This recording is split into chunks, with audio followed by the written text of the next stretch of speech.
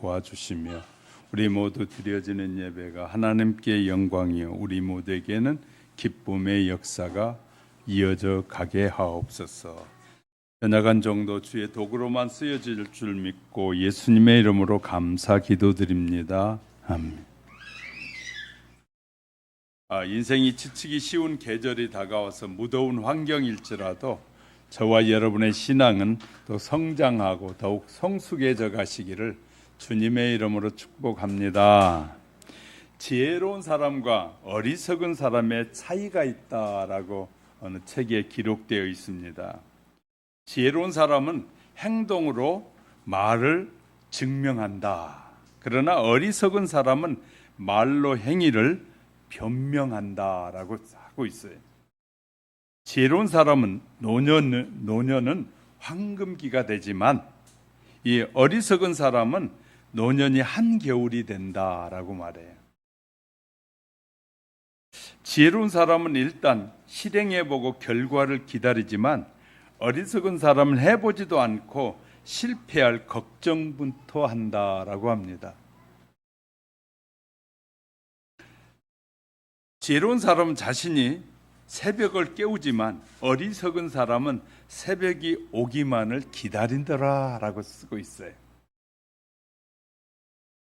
참 제가 볼 때는 의미 있는 내용들이더라고요. 그래서 한번 여러분에게 들려드리는, 지혜로운 사람은 만나는 사람에게 무엇인가를 배우려고 하지만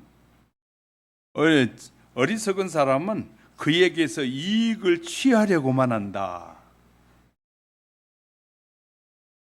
지혜로운 사람은 자기의 결점을 장점으로 승화시키려고 노력을 하는데 이 어리석은 사람은 결점만 걱정하며 산다라고 말해요.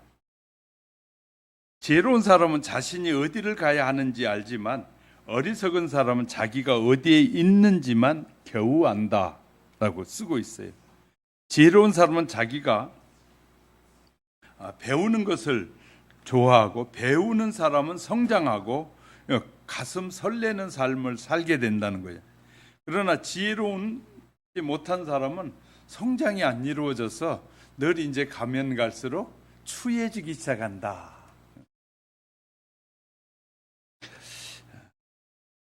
그러면서 이렇게 말하는 것이었습니다. 어리석은 자가 자기가 이미 다 아는 것처럼, 지혜로운 사람은 배우려고 하는데, 아이에게도 배우려고 하는데, 지혜롭지 못한 사람은 자기가 다 안다 하는 말을 쉽게 한다는, 자기가 다 아는 것처럼 말하고 다 자기가 다 경험한 것처럼 말하는 사람들이 있다는 것.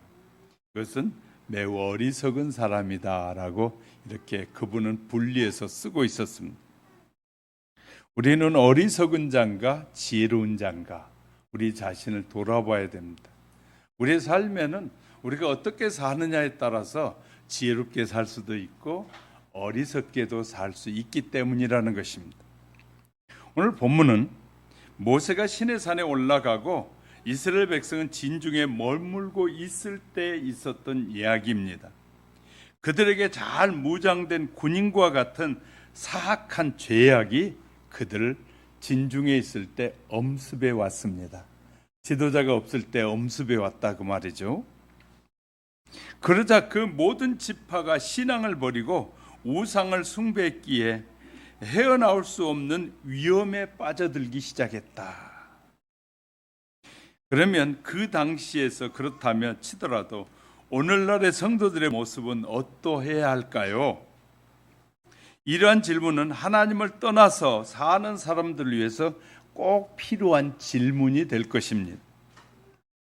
하나님께서는 주의 편에 서 있는 자는 누구뇨라고 말씀하시면서 신실한 자를 찾고 계십니다.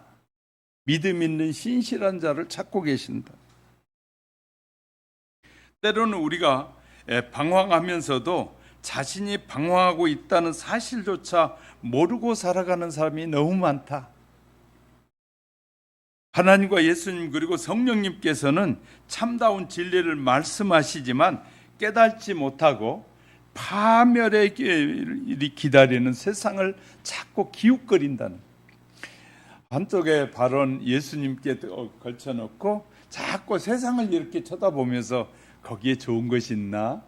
저기 가면 좀 행복해질까? 이렇게 찾는 사람들이 많다는 거예요, 교회 안에. 그래서 오늘은 이스라엘 백성들의 방황과 곧이어 나타난 그들의 결단을 살펴보려고 합니다. 그리고 또한 우리에게 주님의 편에 선 자가 누구인지를 말씀하셨는데 그 의미를 생각하는 시간에 저와 여러분 모두가 다시 한번 우리의 신앙을 점검하는 은혜가 넘치는 시간이 되시기를 주님의 이름으로 축복합니다. 첫 번째, 양극단에서 방황하는 부름받은 자들, 양극단에 서 있는 부름받은 자들이 참 많다는 것입니다. 모세가 시내산에 올라가 40일간 금식 기도하면서 이 하나님으로부터 두 돌판을 받게 됩니다. 십계명을 받아 내려오는 동안 이스라엘 백성은 모세가 더디 내려오므로 이 아론에게 하소연하여 금을 모아다가 금송아지를 만들어 놓고 우리 본문 조금 앞에 32장 4절에 보면 너희는 애굽 땅에서 인도하여 낸 너희 신이다 라고 말하고 있어요. 그리고 제사하고 노래 부르면서 먹고 마시고 춤을 추며 뛰놀고 있어요. 하나님께서 이 사실을 보고 백성이 부패했으니 빨리 내려가 보라 라고 이 9절 10절에서 말합니다. 이 백성을 보니 목이 뻣뻣한 백성이로다. 그런즉 내가 하는 대로 두라. 내가 그들에게 진노하여 그들을 진멸하고 너로 큰 나라가 되게 하리라. 이렇게 말씀하셔요. 하나님은 한 사람을 통해서도 엄청난 이 나라를 만드실 수 있는 분이에요. 모세가 그때 이르러 기도하기를 11절 12절에 보면 여호와여 어찌하여 그 큰 권능과 강한 손으로 애굽 땅에서 인도하여 내신 주의 백성에게 진노하십니까? 어찌하여 애굽 사람들이 이르기를 여호와가 자기 백성을 산에서 죽이고 지면에서 진멸하려는 악한 의도로 인도에 내었다고 말하게 하려 하시나이까? 주의 맹렬한 노를 그치시고 뜻을 돌이키사 주의 백성에게 이 화를 내리지 마옵소서라고 기도했다는, 간절하게 기도함으로 구함으로 하나님의 뜻을 돌이키게 했다. 하나님께서 심판하시려는 것을 돌이키게 하셨다. 저와 여러분이 하나님이 기뻐하는 기도를 하면 우리가 가장 불편한 사람도 그리스도에게로 돌아오게 될 것입니다.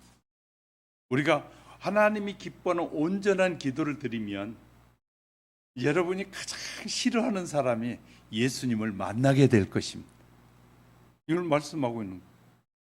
그들이 타락의 길을 걸어도 하나님께서 모세가 하나님 앞에 간절히 기도하니까 그가 돌아오게 되는 거예요. 돌아오게 돼요.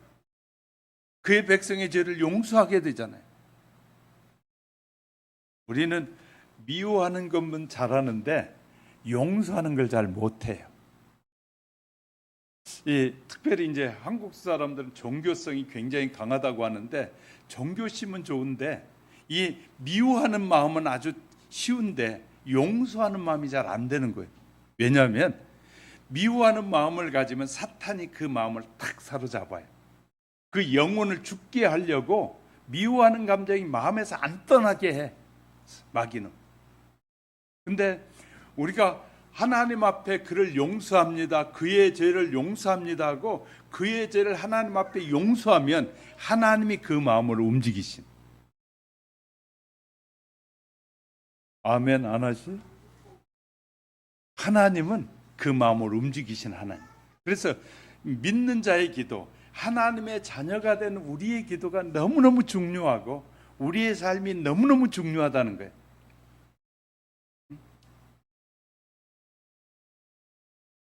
나라가 어떤 지도자가 뽑히느냐에 따라 나라가 막 흔들리기도 하고 그래요. 지금 15만 원씩 주고 어떤 사람은 40만 원씩 주니까 좋다고 하는 사람들이 많아요. 그런데 그 다 어떻게 어디서 누군가에게 주머니에서 다 꺼내 가야 돼. 그러니까 주면서 지금 국회에서는 하고 있는 일이 뭐냐면 세금 더 거둘 일을 지금 계획하고 있어요. 어느 부분에서 세금을 걷어야 될까? 그만큼 줬으니까 누구의 주머니에서든지 그 돈을 빼앗아 와야 되거든요. 그러니까 이 좋은 정치는 사람들이 국가에 이렇게 많이 번 돈을 내게 하는 것이, 스스로 내게 하는 것이 좋은 정치고, 못된 정치는 법을 만들어 가지고 무조건 강제로 집행하는 게 못된 정치. 이거 우리가 구분하지 못한 사람들이 너무 많아. 어떤 나라는 이렇게 법이 만들어져 있는 법에 세금을 내고 싶어 해요.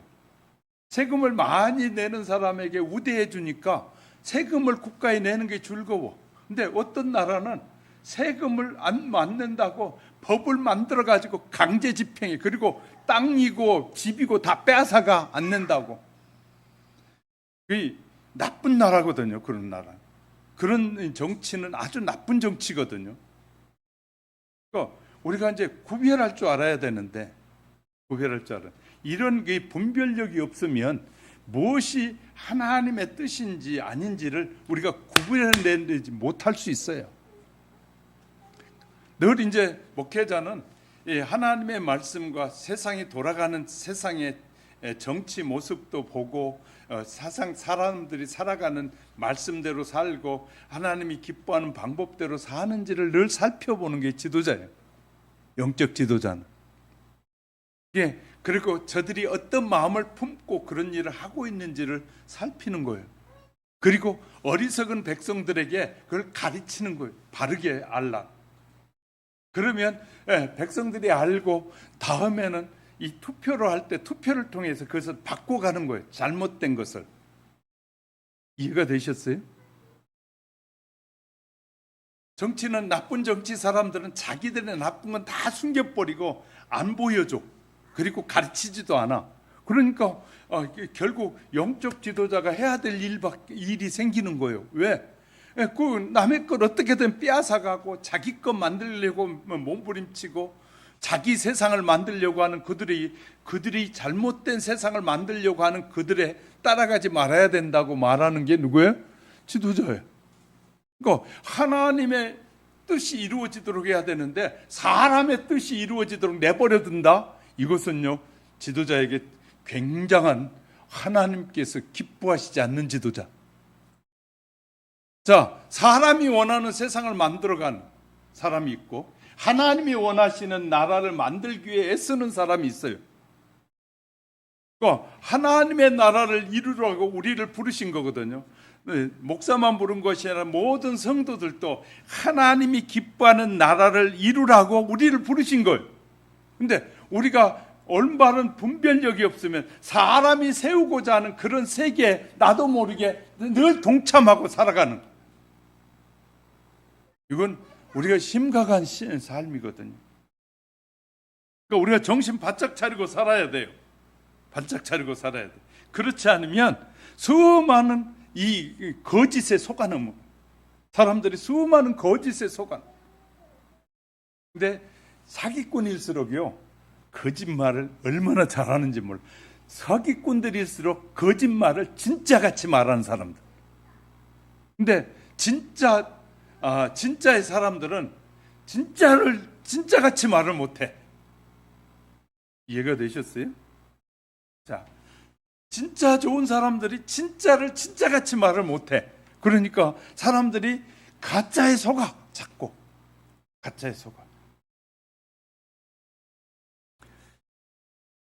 자, 26절에 보면 누구든지 여호와의 편에 서 있는 자는 내게로 나오라 했더니 이제 레위 자손이 나왔어요. 27절에 보면 너희 각 사람은 허리 나오니까 모세가 말합니다. 너희 각 사람은 허리에 칼을 차고 이 문에서 저 문까지 왕래하며 형제와 친구와 이웃을 죽이라.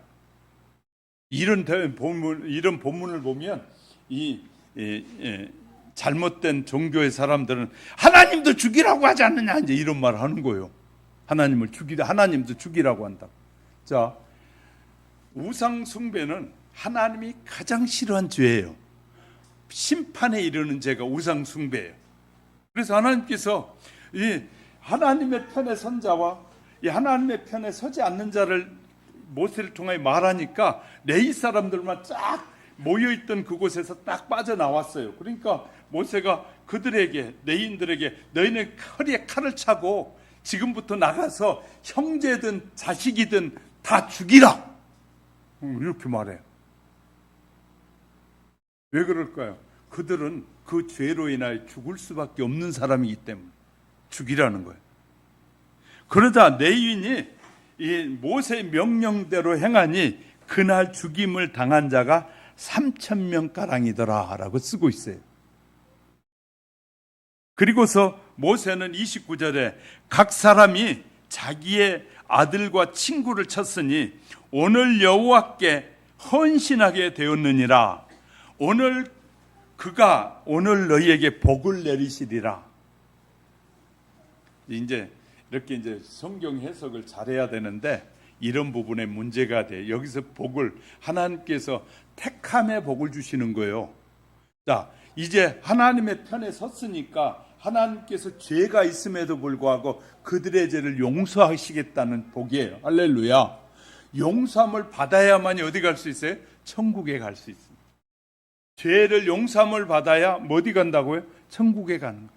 우리는 복하면 자꾸 물질 만능주의에 빠져가지고 자꾸 복하면 돈이 많이 생기는 건가? 명예를 얻는 건가? 이렇게 자꾸 그냥 마음이 그렇게 가는 것. 세상의 나라에서 이루어지는 일들이에요.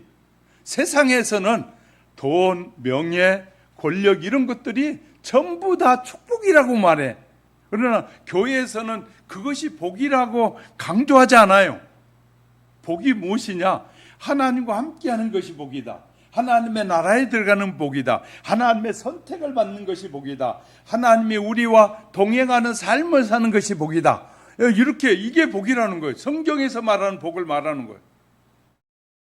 성경에서 돈이 많은 것이 복이다 그렇게 말한 적이 없어요. 자, 큰 명예의 자리를 차지하는 것이 복이다 그렇게 말하지 않아요. 그러니까 우리가 성경에서 말하는 복과 우리 세상에서 말하는 복이 무엇인지를 우리가 분별할 줄 알아야 돼요. 우리는 하루에 3끼 먹는 것도 실은 하나님이 우리에게 주신 것이라는. 그래서 주기도문을 통해서 매일 일용할 양식을 주옵시고 라는 말은 하나님께서 계속해서 매일매일 우리에게 먹을 음식을 주시는 하나님이시다는. 한순간에 건강을 잃어버리면 그날 밤에 실려가서 119로 실려가면 다음날 아침부터 밥을 못 먹고 죽을 먹어야 되고 죽도 못 먹고 미움을 먹어야 될 사람들이 있어요. 그러니까 일용할 양식을 주신 자체가, 먹는다는 자체가 하나님의 복이라는 거예요. 그러니까 뭐가 복인지를 우리가 구분하지 않고 사는 사람들이 너무 많으니까 성경은 우리에게 이렇게 정확하게 말해요. 하나님의 부르심을 받고 예수님을 자신의 구주로 영접한 성도들이요, 주의 편에 있습니까? 아니면 죄악의 편에 서 있습니까? 죄악의 편에 서 있다면 다양한 계층과 친구들을 만나고 사귈 수 있을 것입니다. 그러나 분명히 그들은 하나님을 믿지 않는 불신자들이 많을 것입니다. 그 친구 많은 사람은 실은 불신자 친구들이 많은 거예요. 친구 많다고 자랑하지 않아요? 그러면 왜 친구 많냐면 남이 나가서 친구들한테 술 사주고 밥 사주면 얼마든지 친구가 따라와. 얼마든지. 우린 누가복음에서 우리에게 가르쳐줘요. 어느 이 부자에게 2 아들이 있었어요. 큰 아들은 아버지의 뜻을 따라 열심히 살았어요. 둘째 아들은 내 분깃을 나눠주소서 하고 그가 아버지의 동네에서 떠나서 자기의 분깃을 가지고 떠났어요. 그가 가 있던 동네는 세상이었어요. 세상에 가자 그가 돈이 있을 때 친구들이 수도 없이 몰려왔어요. 그 친구들이 너무 많아서 행복했어요. 잠시라도 너무너무 행복해. 돈이 떨어지는 순간 친구들이 다 떨어져 버렸어요. 그리고 그를 도와주는 사람이 아무도 없어서 배가 줄여서 배가 고파서 어찌할 수가 없었어요. 그래서 혹시라도 그 중에서 이 들판에, 우리는 집 안에서 돼지를 기르잖아요. 저기 이 구라파 쪽은 이 집 안에서 돼지를 기르지 않아요. 이 성경을 기록한 그 중동 지방은 집에서 기르는 것이 아니라 저 들판에다 조그만 집을 지어놓고 거기다 길러요. 그리고 가끔 갖다 줘요. 왜? 돼지는 사악한 동물이라고 생각하기 때문에. 그랬어요. 예, 근데 유대인들은 그래요. 그쪽의 지역에서는 이 들판에, 그러니까 뭐 일주일에 한 번 오든지 3일에 한 번 오든지 이렇게 와서 밥만 주고 가버리고 주인 옆에서 돌보잖아요. 지들은 알아서 크는데요. 우리가 잘 알아야 될 것은 내가 가지고 있는 것이 다 없어지면 친구도 다 없어져요. 그러나 친구 많다고 자랑하는 사람들, 그 친구 옆에 가까이 가보면 우리의 신앙을 타락시키고 우리의 신앙을 무너지는 유혹들이 너무너무 많은 거예요. 너무너무 많은 거예요. 그러니까 잘 아셔야 돼요. 자랑할 일 아무것도 아니거든요. 자, 우리 이 분별할 줄 알아야 된다는 거죠. 자, 우리는 일하지 않는 자가 바로 하나님을 대적하는 자라는 사실을 알아셔야 돼요. 하나님을 위해서 일하지 않는 자는 하나님을 대적하는 자가 되는 거예요. 평화의 왕이신 하나님의 영광을 위해서 헌신하지 않는 사람은 어둠의 왕을 섬기는 편에 서서 하나님을 대적하는 것과 같습니다. 그래서 하나님을 섬길 것이냐 마귀를 섬길 것이냐에 대해서 그 중간은 없다 말이죠. 중간은 없다. 따라서 두 쪽에 모두 발을 들여놓고 있는 사람도 역시 하나님을 배반한 사람이라는 사실을 여러분 깨닫게 되시기를 예수 그리스도의 이름으로 축복합니다. 깨닫게 되는 거예요. 두 번째, 저는 하나님의 편에 섰다는 의미는 무엇이냐? 하나님의 편에 섰다는 의미를 살펴보려고 합니다. 하나님의 편에 섰다는 의미는 예수 그리스도를 안다는 것입니다.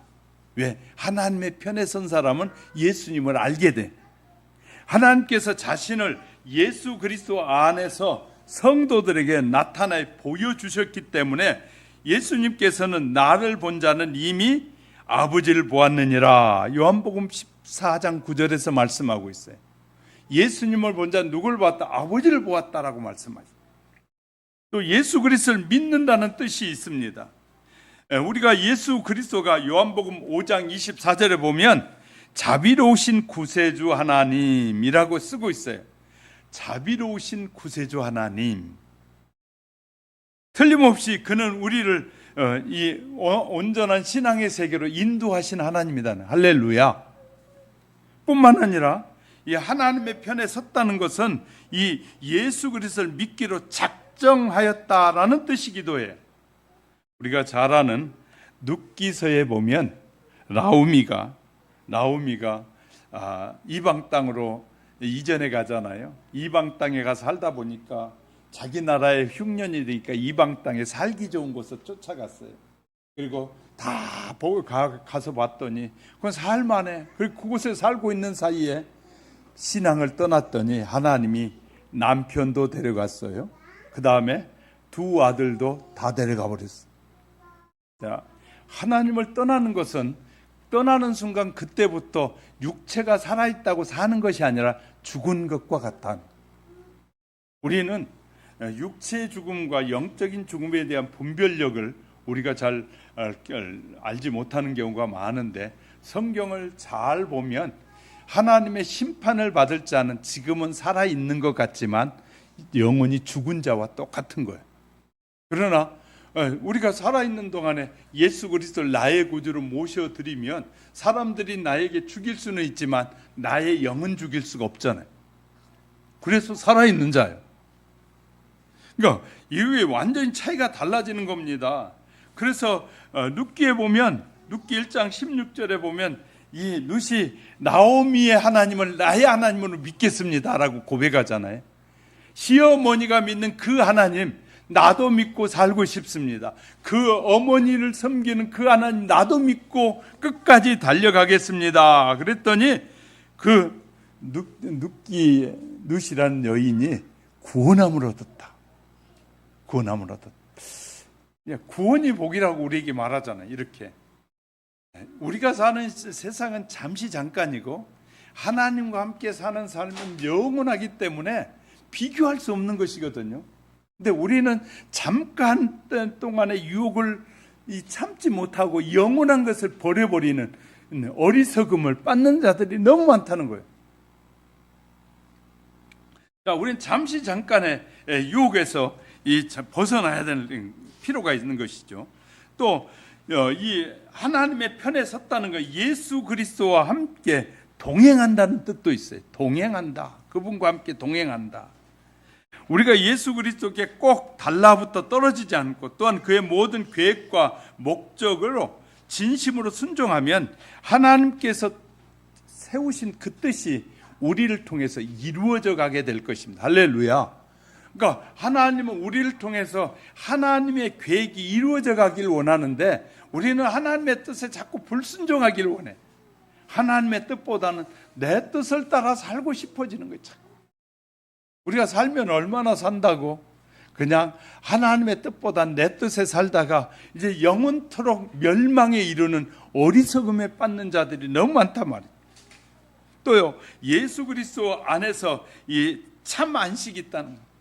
이제 우리는 예수님을 제대로 믿게 되면 예수님이 주신 그 평안과 기쁨을 누리게 될 겁니다. 세상이 주지 않는, 세상이 알지 못하는 새로운 평화가 저와 여러분의 마음속에 임하기 시작해요. 할렐루야. 그러니까 하나님의 이 편에 섰다는 것은 이제 예수 그리스도 통하여 우리에게 베푸실 그 놀라운 축복의 평화 속에 우리가 들어가 있는 것이다 라고 말하는 것이. 여러분, 세상을 바라보면 염려와 근심과 걱정이 얼마나 많습니까? 어떻게 살아가야 될지, 어떻게 해야 될지. 그런데 하나님 앞에 구하고 두들기고 찾으면 하나님께서는 그 모든 길을 여시는 하나님이다. 할렐루야.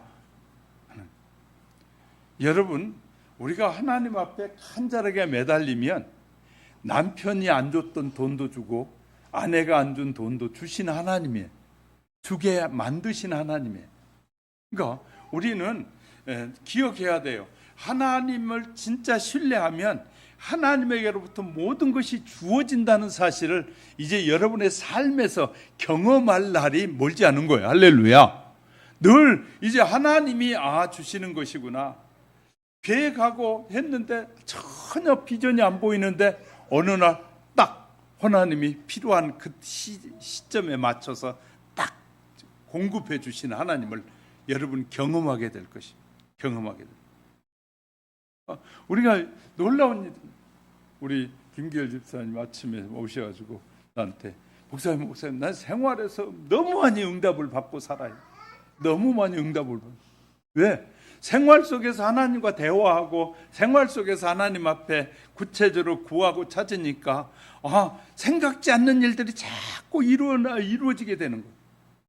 내가 생각지도 못한 일들이 기도하고 나면 하나님의 믿음으로 역사해 주심을 늘 발견하게 되는 거예요. 그래서 하나님의 사람들은 걱정 근심 없이 사는 거예요. 저가 걱정 근심 없잖아요. 이 동네 사람들은 여기 김 목사는 어떻게 사나 걱정인 거인 사람들이 있어요. 왜? 성도들이 별로 없잖아요. 그러니까 걱정이. 근데 저는 전혀 그런 걱정 한 번도 안 해봐. 아침 먹을 거 없으면 물 떠다 놓고 이렇게 좋은 물 주셔서 감사합니다 하고 먹으면 되잖아요. 하나님은 우리를 죽게 내버려 두신 하나님이 아니고 우리에게 때로는 시험을 하실 때가 있어요. 아침까지 아무것도 없는데 안 주실 때도 있어요. 왜냐하면 그때까지 정말 주님을 신뢰하고 믿는지 하나님이 우리를 테스트할 때가 있어요. 근데 그 테스트를 통과하고 나면, 여러 테스트를 통과하고 나면 그 세상에 하는 근심 걱정 안 해요. 대학교 가는 대학생이 된 후에 초등학교 때 일을 걱정하고 근심하는 사람 아무도 없어요. 왜냐하면 테스트를 다 통과했잖아요. 통과하고 나면 그것이 걱정이 안 돼. 테스트할 때 걸려 넘어진 사람은 그때는 늘 걱정이. 자, 회사에다 시험 보려고 시험 원서를 딱 넣어놨어요. 그 회사에서 취업을 해보려고. 떨어진 사람은 걱정인데 붙은 사람은 걱정이 안 돼. 테스트에 통과된 사람은 웃고 나와. 그러나 테스트에 이 면접에서 떨어진 사람은 얼굴에 시시하면서 나와. 그게 다른 거예요. 자, 우리가요 삶에서 어떤 선택을 했느냐에 따라 시시하고 나온 사람이 있는가 하면 싹 웃고 나온 사람으로 달라져요. 그런 것처럼 우리는 이런 걸 잘 아는 것이 필요합니다. 자, 그래서 위대하시고 참되신 능력자이신 하나님. 그래서 하나님은 구체적으로 우리에게 보여주셨잖아요. 이스라엘 백성이 200만이 나왔는데 광야에는 아무것도 없는 곳에 물도 없고 먹을 것도 없는 그곳에서 하나님이 모세가 기도할 때마다 하나님께서 응답해 주셔. 목마르다고 하니까 반석에서 물이 나오는 건 세계 없어요. 근데 하나님은 사람들에게 가시적으로 눈에 보이는 기적을 보여준 거예요. 돌을 치니까 돌이 반으로 갈라지면서 나누어지면서 그곳에서 물이 쏟아져서 이스라엘 백성들이 그 물을 먹을 수 있었어요. 그리고 그들이 아무것도 없는 이 광야에서 그들이 아침을 먹어야 되는데 먹을 것이 없을 때 일용할 양식을 달라고 할 때 하나님께서는 그들에게 만나를 내려줬어요. 만나란 뜻은 이것이 뭐냐라는 말이거든요. 이것이 뭐냐. 그러니까 이스라엘의 하늘에서 만나가 내리는 그 만나를 거두어다가 먹으면서 도대체 뭔데 이렇게 맛있냐? 이것이 뭔데 맛있느냐? 그래, 만나라는 이름이 붙은 거예요. 그리고 그들이 고기가 먹고 싶다고 하니까 아프리카 그 지역에 고기가 없는데 저 아프리카 쪽에 숨겨놨던 수많은 메추라기를 그냥 바람과 함께 끌어다가 그 백성의 입에서 고기 냄새가 풀풀 날 정도로 먹이시는 거예요. 하나님은 모든 능력으로 이 백성을 다 채우고 먹이고 입히고 할 수 있다는 사실을 광야 40년을 통해서 보여주셨어요. 그리고 그 백성들이 약속의 땅 가나안에 들어가서 그들이 뭐 할 때까지 1년 농사를 지어서 첫 수확을 할 때까지 하나님이 다 먹이신 거예요. 그리고 첫 수확을 거두어서 하나님 앞에 감사 예배를 드리고 나니까 모든 만나가 끝났다. 그렇게 하나님은 정확하신 하나님. 그러니까 우리가 정확하신 하나님을 내가 얼마나 신뢰하고 믿느냐가 중요합니다. 우리는 세상에서 우리를 도와줄 사람은 아무도 없어요. 보화와 같이 내버려진 것과 같아요. 그런데 나를 도와주고 나를 자존심 상하지 않게 하실 분이 계시는데 바로 예수 그리스도를 나의 구주로 고백하는 자예요. 할렐루야. 그런 자는 하나님께서 모든 것을 동원해서 그를 지키시고 보호하신다는 거예요. 그래서 이 예수를 믿는 것이 우리에게는 정말 행복이고 즐거움인데 예수 믿는 것에 대한 즐거움과 행복이 여러분 속에 늘 있어야 돼요. 그래서 여러분 차를 타면 찬양을 틀고 기뻐하고 즐거워하고 감사하고 저도 늘 어디 나가면 차에 찬양을 틀어요. 틀어놓고 어떤 찬양은 감동이 되면 막 따라하면서 가요. 운전하면서 가요. 그러다 기도해야 될 생각이 나면 기도해요. 하나님 누구에게 은혜를 베풀어 주시고 생각날 때는 기도하는 거예요.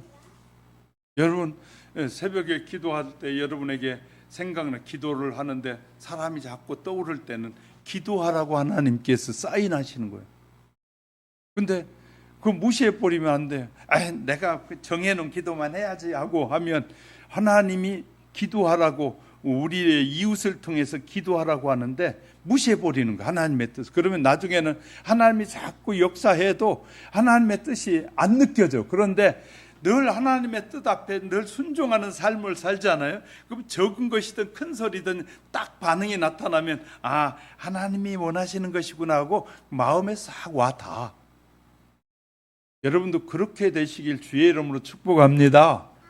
하나님의 뜻이구나 이게 알게 되는 거예요. 자, 하나님의 편에 서 있는 성도는 어떻게 해야 돼? 결단해야 돼요. 하나님의 편에 섰다면. 오늘날 많은 사람은 행하고자 하는 일에 결단을 내리지 못한 채 엉거주춤하는 가운데 서 있는 사람이 많아요. 이런 사람은 교회에 다니는 사람들 가운데도 종종 있습니다. 무엇이 진리인지 무엇이 거짓인지 결단이 필요한 것이 하나님의 편이냐 마귀의 편이냐 분명한 태도를 밝혀야 돼요. 신앙인지 불신앙인지 분명히 어느 편을 선택해야 할 것인지 결정해야 되는 거예요. 중용이란 없다는 것입니다. 천국이냐 지옥이냐 두 개 중에 하나가 이것도 저것도 아닌 중간 상태는 있을 수 없습니다. 모든 것들이 나의 결단에 달려 있어요. 하나님 우리에게 자유의지를 주신 자유의지 중에 최고의 의지가 결단이에요. 이걸 선택할 거냐 저걸 선택할 거냐, 하나님을 선택할 거냐 우상을 숭배할 것이냐 결단을 해야 돼.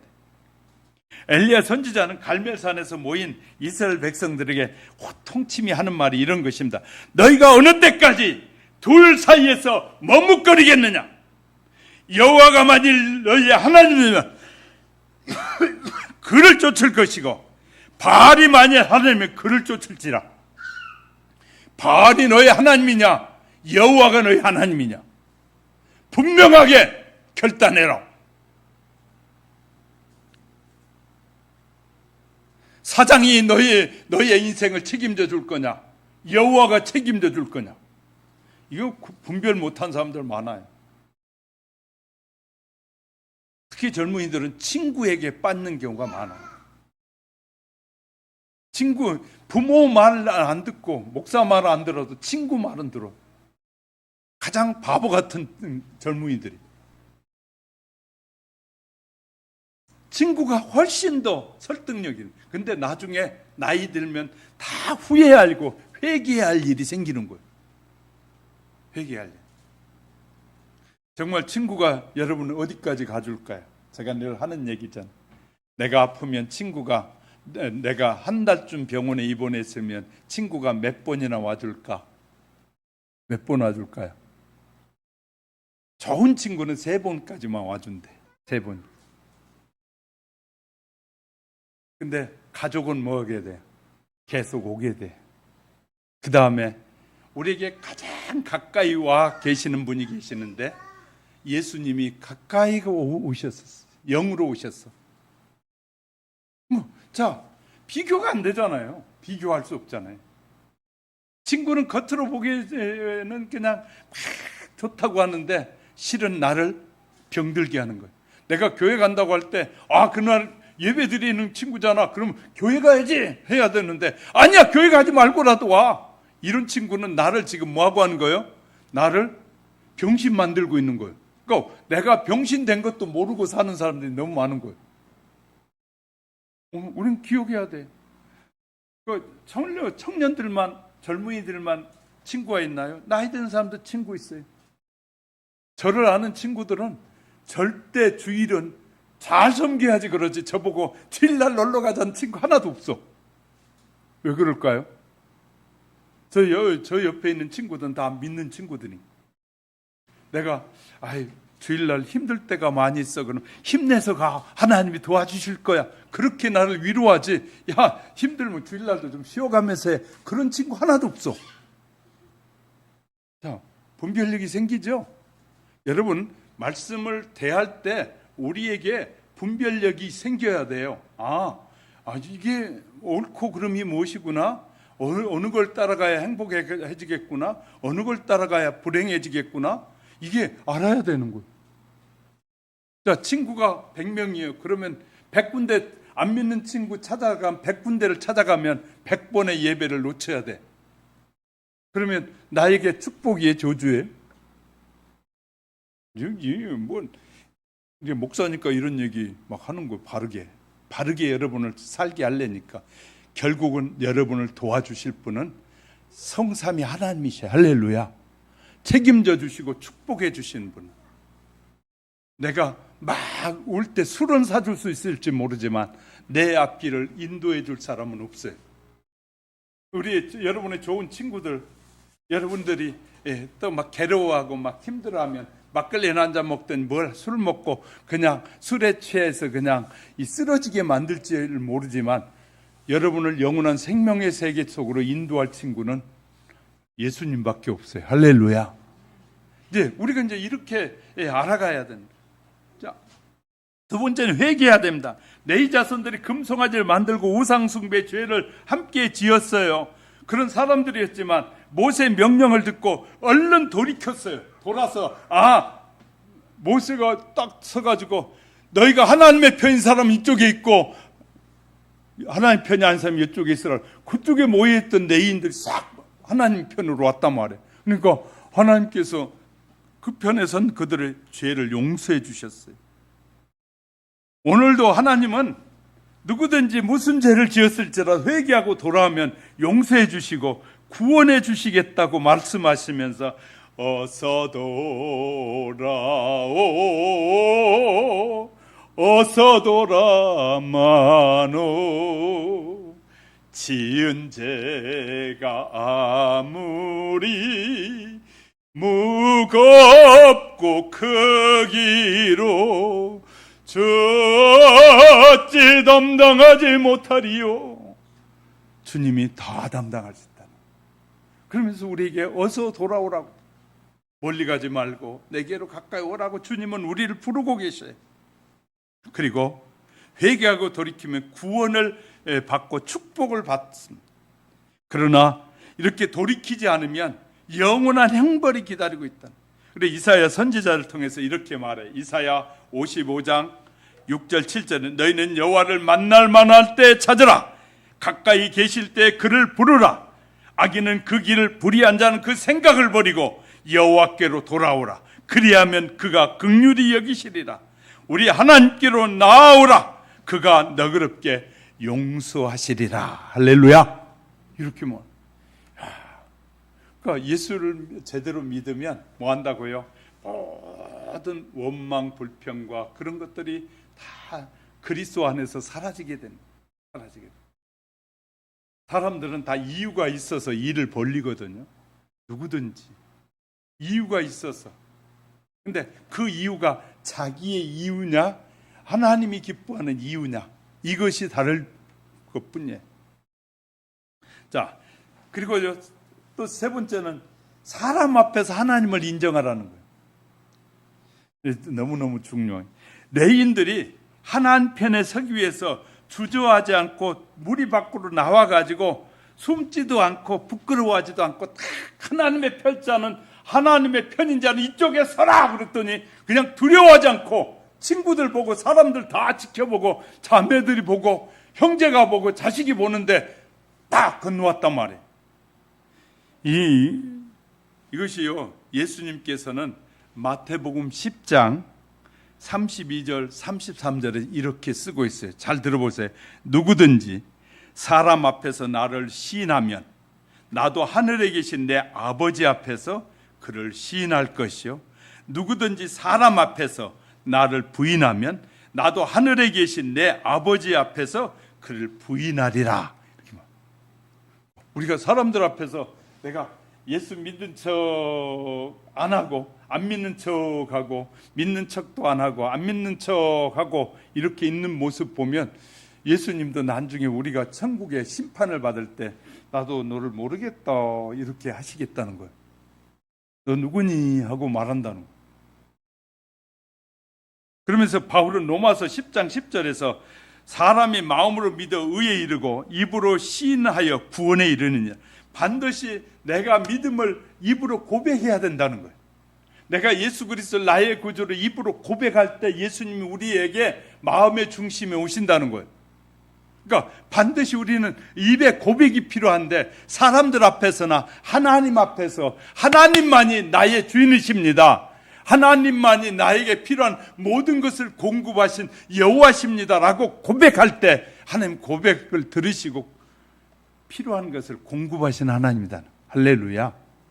그 우리가요, 정말 기도도 멋지게 하면 하나님이 우리에게 멋지게 축복해 주셔.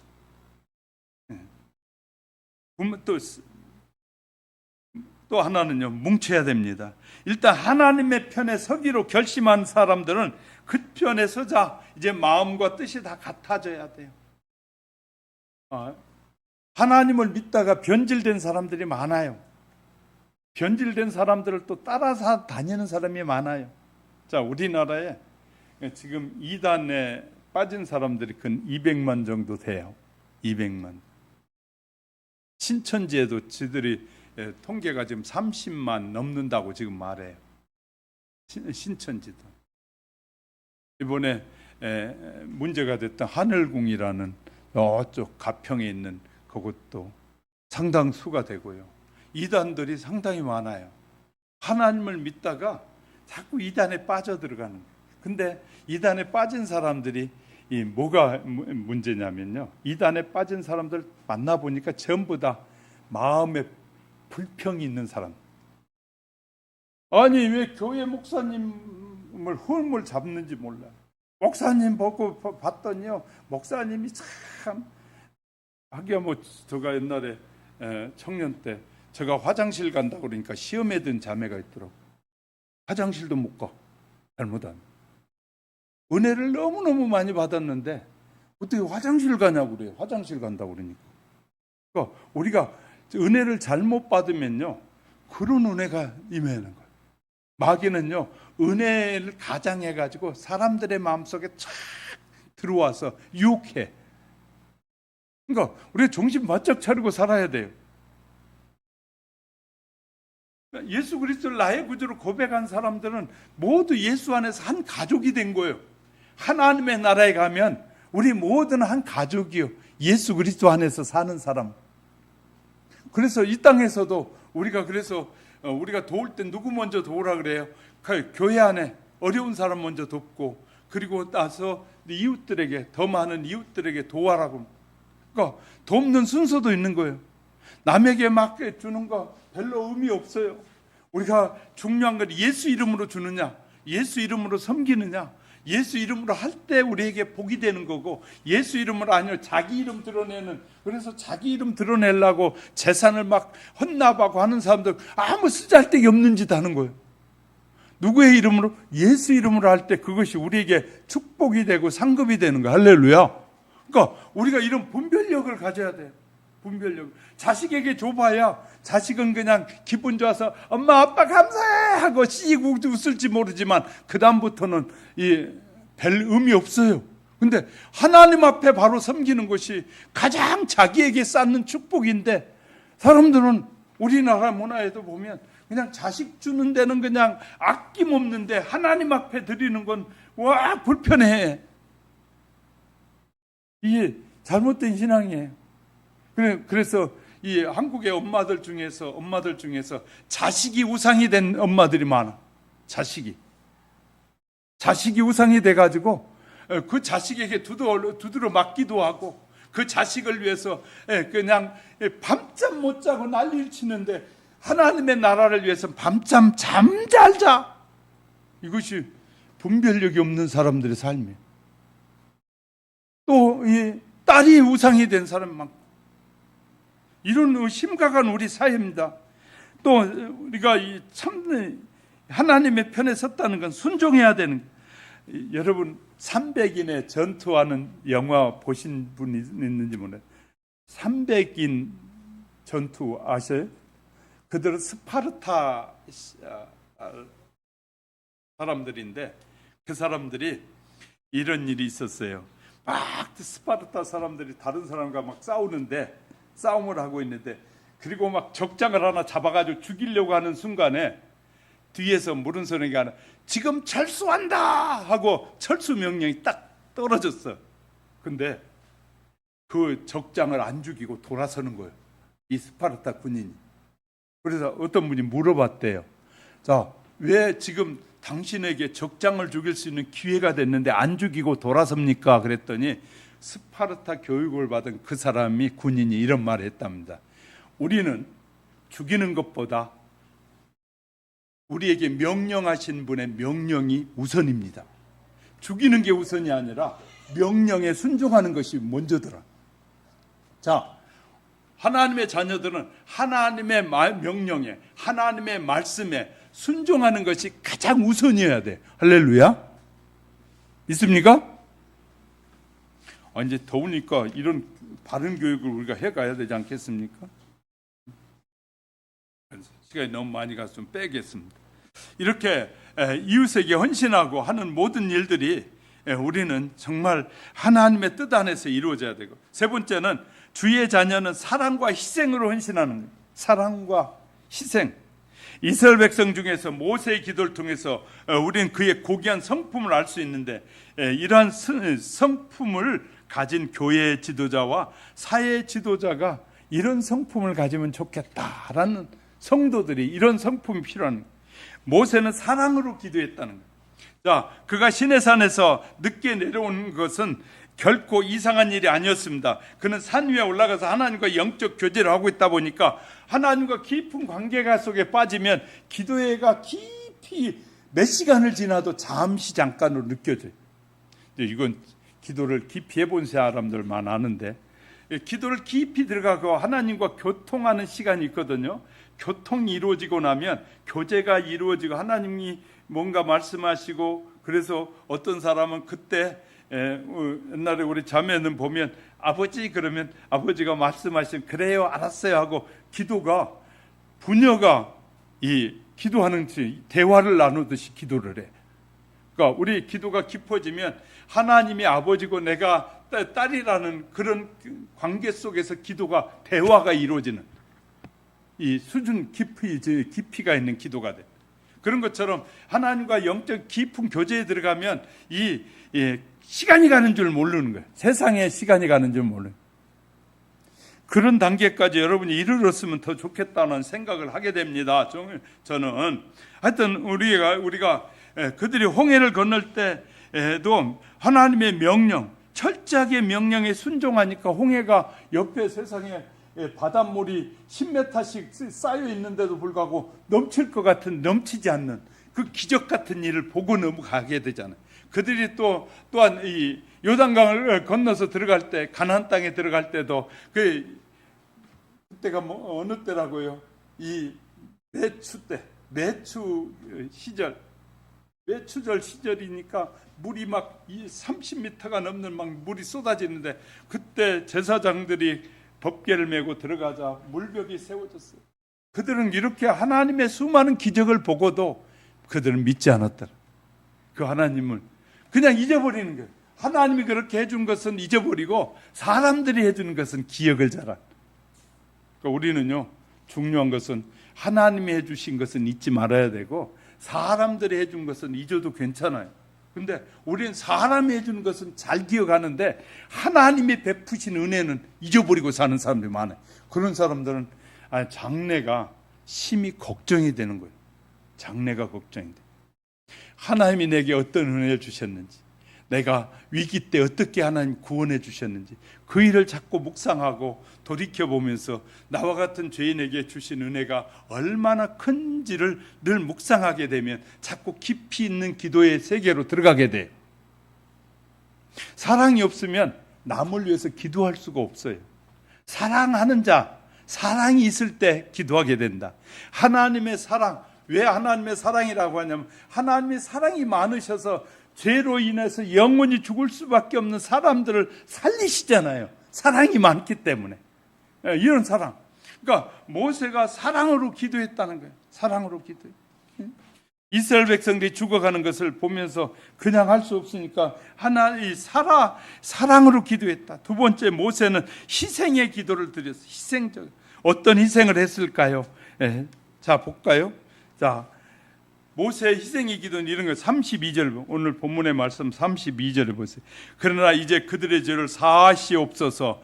그렇지 아니하오면 원하건대 주께서 기록하신 책에서 내 이름을 지워버려 주옵소서.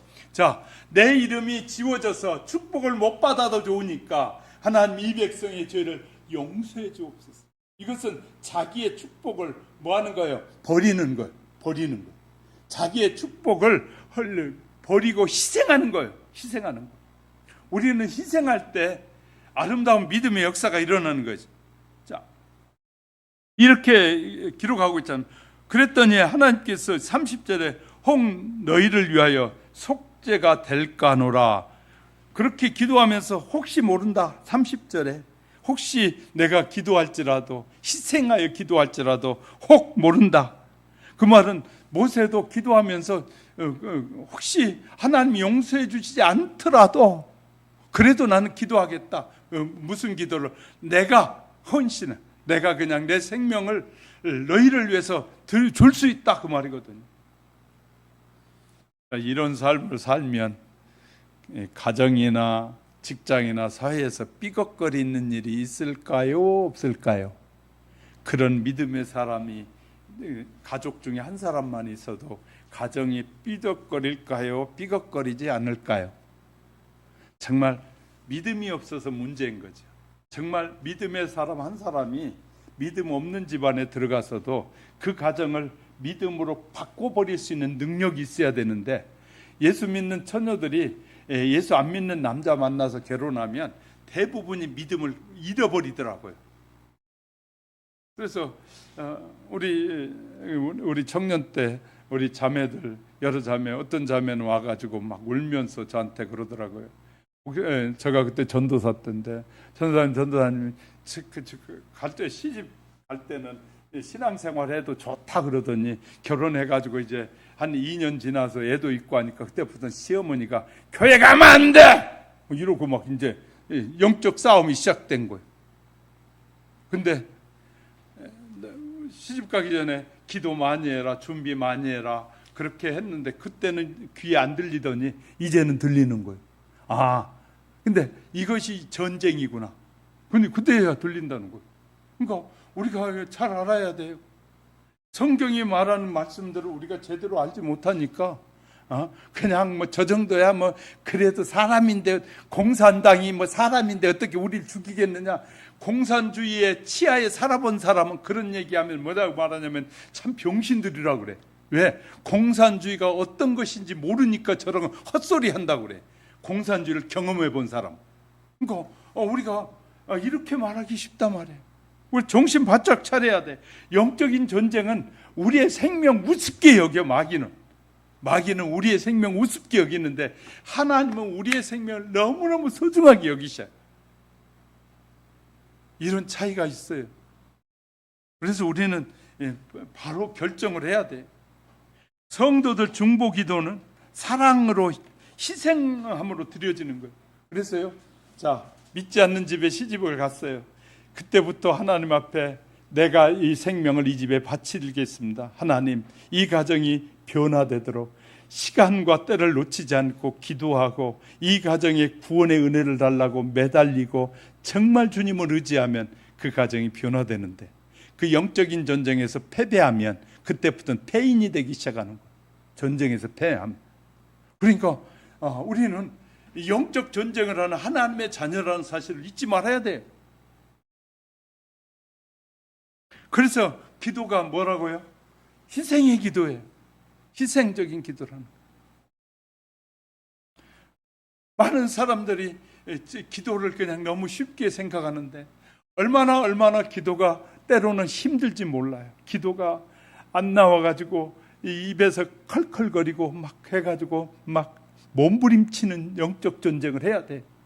그런 전쟁에 이기고 나면요, 기도가 술술술 풀려 기도가 되기 시작해요.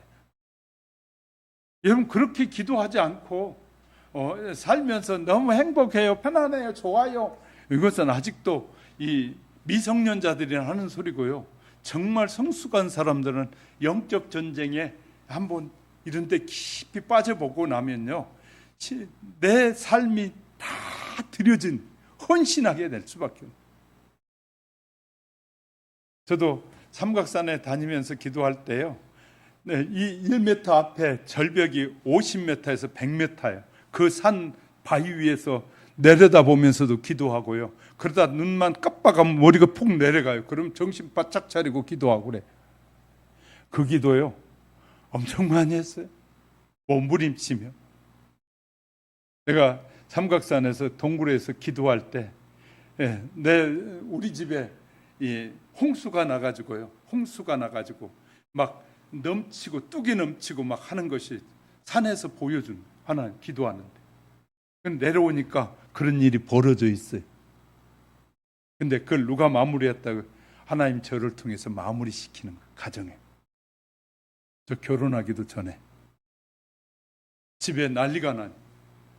산에서 보고 내려와서 내려오면 알고 내려오니까 너무 간단한 거예요. 근데 모르고 그 일을 당하는 사람은 너무 힘든데 알고 내려온 하나님 보여주신.